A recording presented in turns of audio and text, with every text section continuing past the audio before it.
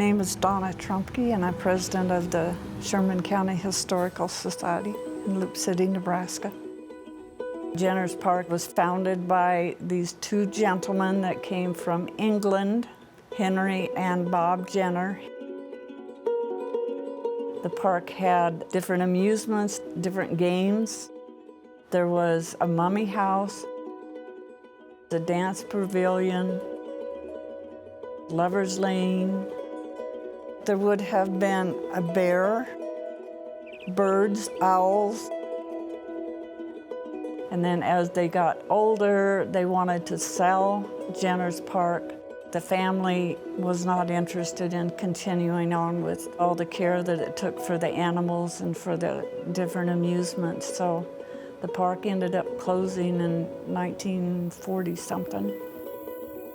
Will Stoudemire, professor from University of Nebraska at Kearney, and his student Logan have been doing a lot of research on Jenner's Park. They are going to be sharing the results of their studies with the Sherman County Historical Society.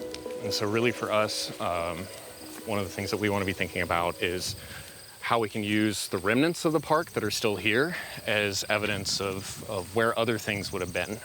As we're looking at the historic photographs, or we're looking at the tour guide from the 1920s, or we're looking at other accounts of the park from the time. So right here we've got the original bear den, or bear cage, which we've got this photograph of. Yep. It lines up pretty nicely for us. The park wouldn't really be open until about May-ish, kind of like how most summer attractions operate now. You know, you open Memorial Day and go till Labor Day. Towards the end of World War I, going into the Great Depression, 1920s is really when the park is thriving. It's driving in its highest number of visitors, and the Jenners are every year making some sort of an addition. People from Kearney and Grand Island and Holdridge and Albion and you know, any of the smaller communities in the Sandhills would come down for opening day or 4th of July or Harvest Fest.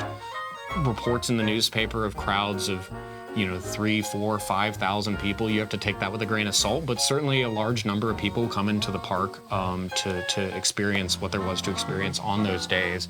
But opening day was really their big, or one of their big days, where they would make a big hoopla about it. They'd have fireworks and food vendors out here, and, you know, all trains led to Loup City. And if I remember correctly, we've got a photograph of the bear cage with one of the bridges leading over Lover's Lane, right? So you're looking at the bear cage, you can see the Angora goats, you can see the pecarries. Yeah. So that all lines up if this is the old creek bed. Yeah. And I think from there, that would put the ocean wave ride like right here. Pretty much. And then, yeah. Somewhere in here. So that would have been the big amusement feature, the ocean wave. The ocean wave. So yeah, the ocean wave kind of was basically a giant amusement swing, and they talked a lot about it having music. And yeah, I think they claimed they could fit, 40 people on it. So some of the things we've discovered through this project is, when we were first looking into the Jenners, they claimed they had graduated from Eton and King's College, and then we look into it, we email those colleges, and they get back to us and said, we have no record whatsoever of Henry or Robert Jenner going to these colleges.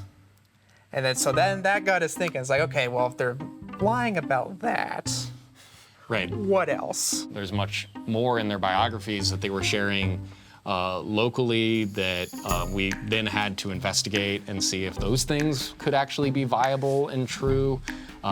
They've claimed to have connections to the British Museum. Pretty extrapolated. Like yes. there's a claim that the family was close friends with the Egyptologist at the British Museum, and then there's a claim that the Egyptologist gave a Egyptian scarab necklace to Henry Jenner that he then wore for the rest of his life. The Jenners weren't necessarily doing a lot of world traveling, despite the fact that their collections come from across the globe. It gives you this impression that they're you know, going all around the world making these collections for their institution, like larger professional museums in the time would have been doing. And so it seems like what they're relying on more is when those larger professional museums go under, they go to the fire sale and buy some stuff and bring it out here. They claimed to have actual Egyptian mummies from Egypt that they allegedly bought from the University of South Dakota. There's a whole big story about how Henry Jenner drove to the University of South Dakota and purchased a mummy from the archaeologist there, and then drove it back to Loop City in his convertible in the passenger seat.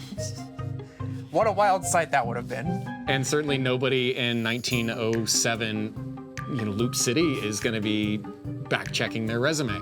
At the same time, they claimed to be from a brewing family in South London. That turned out to be true. They claimed to have come from some money. That turned out to be true. So a lot of the parts of their biography did line up. We've had them described to us by someone as Yes, showmen. Showman. And I think that's a fairly apt description. Yes. That they were willing to exaggerate here or there, but operating with a grain of truth underneath all of it at the same time. You have these two wealthy British men that come to the United States and they try and recreate the British Museum, and they have all of these wonderful pets, and it's all well and good, and then you look into it and there's stories of like the deer running down Henry Jenner or Robert Jenner's, allegedly getting drunk and getting bitten by tarantulas, and you've got people stealing stuff from the museum. The story of Jenner's Park is the story of the wild world of early museums. That it's the story of two guys with a vision and connections and money being able to build a museum and amusement park and zoo in the central part of Nebraska in a small town, which is something you could only do in that time period with the connections that they had in that area of colonialism. And so to me, it's the perfect story of a small museum in that era.